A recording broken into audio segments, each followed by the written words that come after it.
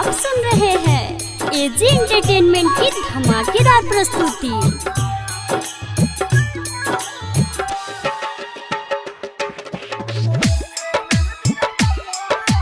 DJ Mukesh चकिया।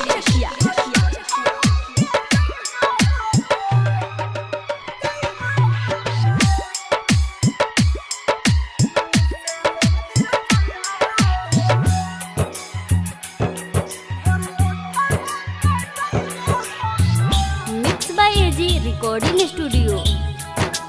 हाँ, ढेर लोग लेके गइल तब दर्द नहीं भइल।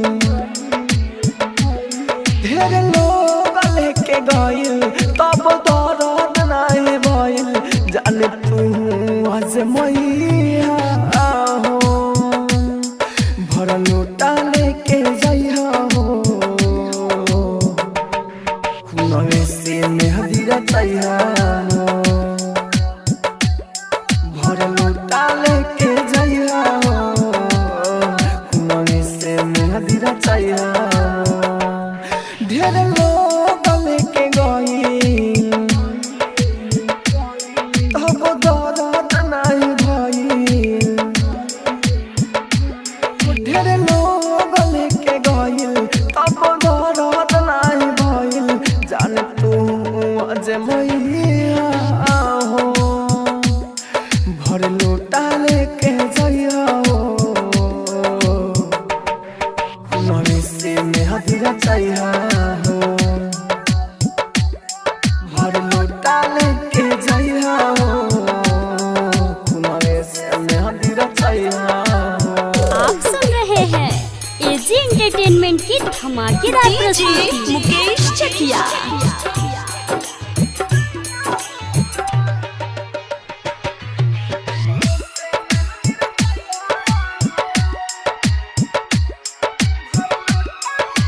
Mix by AG recording studio. जिंदगी में हमारा भइल बड़ी धोखा। दिलवाई फिर भी दिहला से सबके मौका।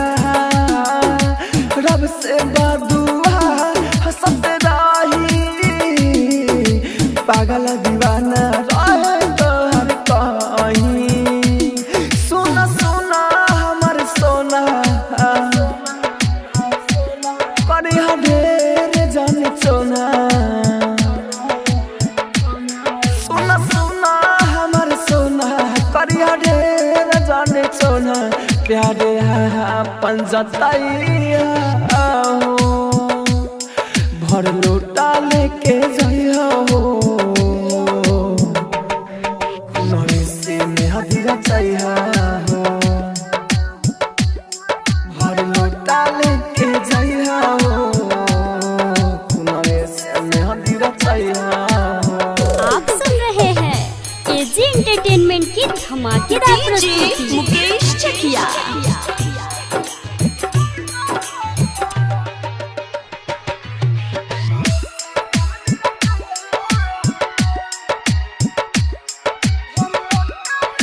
Mix by AG recording studio.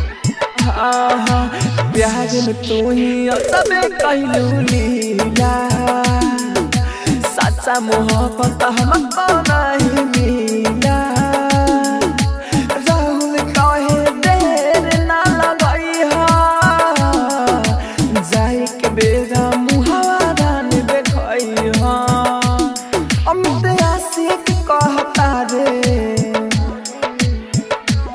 दिल में तोहरा रहता रे। अमित आशिक कहता रे दिल में तोहरा रहता रे। अब किरिया न खइहा हो भर लोटा लेके जइहा हो। खुनवे से मेहदी रचैया हो